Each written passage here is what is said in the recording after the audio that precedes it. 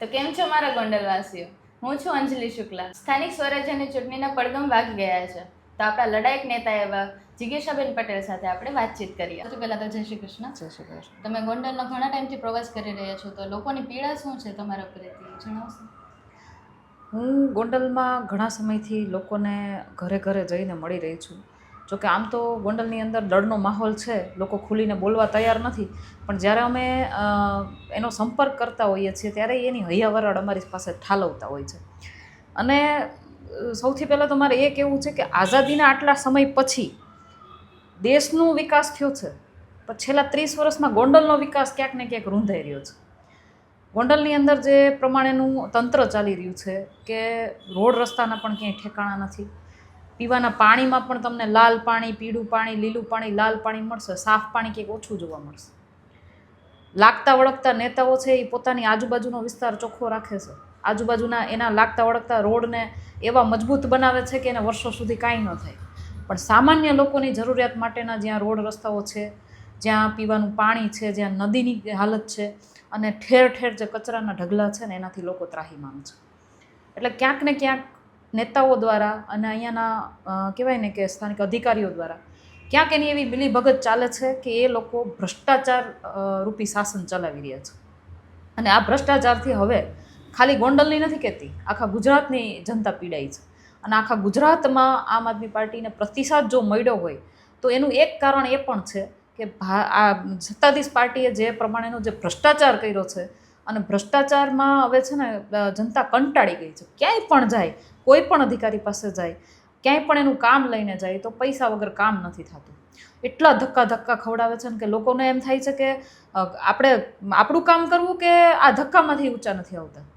ગમે ત્યાં જાય ત્યાં લાઇનમાં જ ઊભા રહેવાની, આધાર કાર્ડની લાઇન ને ફોર્મ ભરવાની લાઇન ને પેટ્રોલની લાઇન, ગેસના બાટલાની લાઇન. લોકો એટલી હદે ત્રાહીમામ થઈ ગયા છે ને કે આ લોકો લાઇનમાંથી નવરા થાય તો એના પોતાના કામ કરે, તો એના પોતાના ઘર ચલાવે.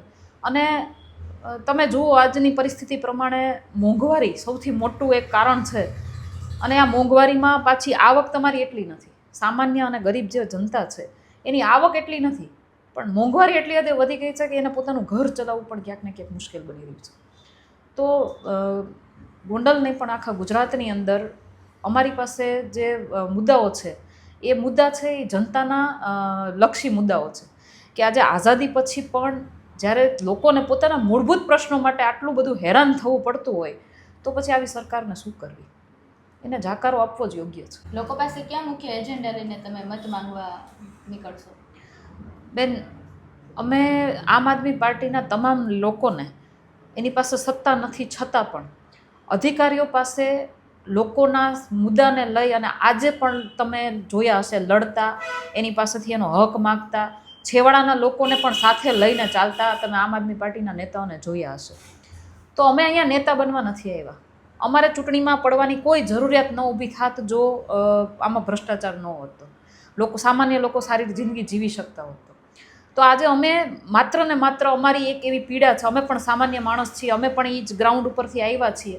તો અમારી એવી જ માંગણી છે કે ભાઈ લોકોને પોતાની જે કહેવાય ને વેદના છે એને ક્યાંક ને ક્યાંક વાચા મળે અને એના જે એનો મૂળભૂત અધિકાર છે, જેમ કે મૂળભૂત અધિકાર એટલે શું?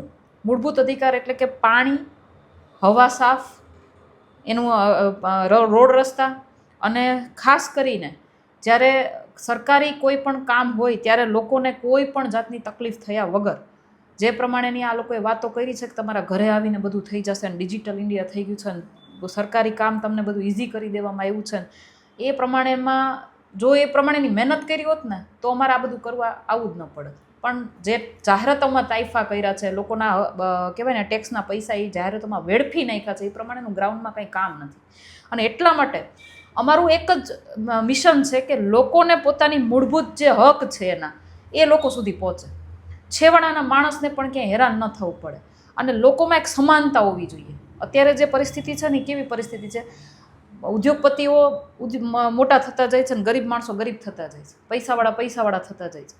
એ ભેદભાવને ક્યાંક ને ક્યાંક મિટાવી અને દરેક લોકોને સમાનતા મળે, 18 વર્ણના લોકોને સમાનતા મળે એવા હેતુથી અમે લોકોની. તમે ગોંડલ નગરપાલિકાની તાલુકા પંચાયત અને જિલ્લા પંચાયતમાં બધી જગ્યાએ બેઠક રાખેલી છે?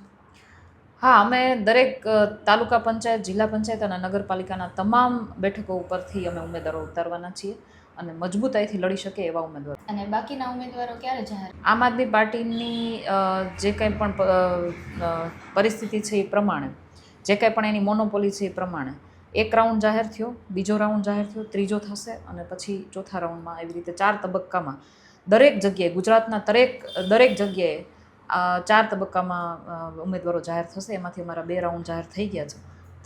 ત્રીજો અને ચોથો રાઉન્ડ જાહેર થવાનો છે. એ સમયે બધા ઉમેદવારોને જાહેર. તમારા મતે ગોંડલ લોકોને શું જરૂરિયાત છે અને તમે શું આપી શકશો? સૌથી પહેલી જરૂરિયાત તો ગોંડલના લોકોને એ છે કે એને ભયમાંથી મુક્ત થવાનું છે. કારણ કે અહીંયા જે માહોલ બનાવવામાં આવ્યો છે ને એમાં ગોંડલના વાસીઓ ક્યાંક ને ક્યાંક પોતાના અધિકાર માટે પણ અવાજ ના ઉપાડી શકે એટલા માટે એને 30 વર્ષથી સતત દબાવવામાં આવ્યા છે. એવા લોકોને ટિકિટો આપવામાં આવી છે કે જે લોકો કહેવાય ને ભૂમાફિયાઓ હોય, એ બુટલેગરો હોય, એવા લોકોને પ્રોત્સાહન કરી અને એને એની માથે બેસાડી દેવામાં આવ્યા છે. અને તમે ગોંડલની અંદર તો જોયું હશે, તમે પણ બેન ગોંડલમાં રહ્યો છો એટલે 30 વર્ષથી કેવું શાસન ચાલે છે તમે જોયું હશે. એટલે સૌથી પહેલી જરૂરિયાત ગોંડલના લોકોની એ છે કે એ લોકો ખુલ્લા મને પોતાનો અધિકાર ભોગવી શકે, બોલી શકે, એ વિચારવાનો અધિકાર રાખે, લખવાનો અધિકાર રાખે, એનો વિચાર લોકોની સમક્ષ મૂકવાનો અધિકાર રાખે. અને કહેવાય ને કે પીડા છે બધાને. કારણ કે તમે જ વિચારો, અહીંયાથી તમે બહાર નીકળીને અડધો કિલોમીટર જશો ને તો તમને ઠેર ઠેર કચરા મળશે, કચરાના ઢગલા મળશે. રોડની પરિસ્થિતિ તમે જોઈ લેજો કેવી છે. તો વાત એ છે કે આટલો બધો કરવેરો ઉઘરાવ્યા પછી જો લોકોને એની સહુલિયત ન મળતી હોય અને ડરના માહોલમાં લોકો બોલી પણ ન શકતા હોય તો સૌથી પહેલી જરૂરિયાત તો લોકોને ભયના માહોલમાંથી બહાર કાઢવાની છે. ગત ચૂંટણી આપણને આમ આદમી પાર્ટીને એક પણ બેઠક નથી મળી, તો આ વર્ષે કેટલી બેઠકનો અંદાજો છે તમારો? જો કેટલી બેઠક આવશે, શું થશે, શું નહીં, એ બધું જનતા નક્કી કરે. આ દેશ લોકશાહી દેશ છે અને જનતા છે એ સર્વોપરી છે. એ હું કે તમે ન નક્કી કરી શકીએ. હા, કોઈ સેટિંગ કરવાનું હોય, ચૂંટણી અધિકારીઓને સાથે રાખી અને કોઈ ઈવીએમમાં સેટિંગ હોય અથવા તો બોગસ વોટ કરવાના હોય તો જેવી રીતે સત્તાધીશ પાર્ટી કહી શકે છે ને તમને કે અમારી આટલી બેઠક આવશે, આ વખતે 200 ને પાર, આ વખતે 400 ને પાર. એ લોકો ખોટું કરે છે એટલે કહી શકે છે. અમારો આધાર તો મતદાતાઓ છે, અમારો આધાર તો જનતા છે અને અમે લોકશાહીને જીવંત રાખવા માંગીએ છીએ.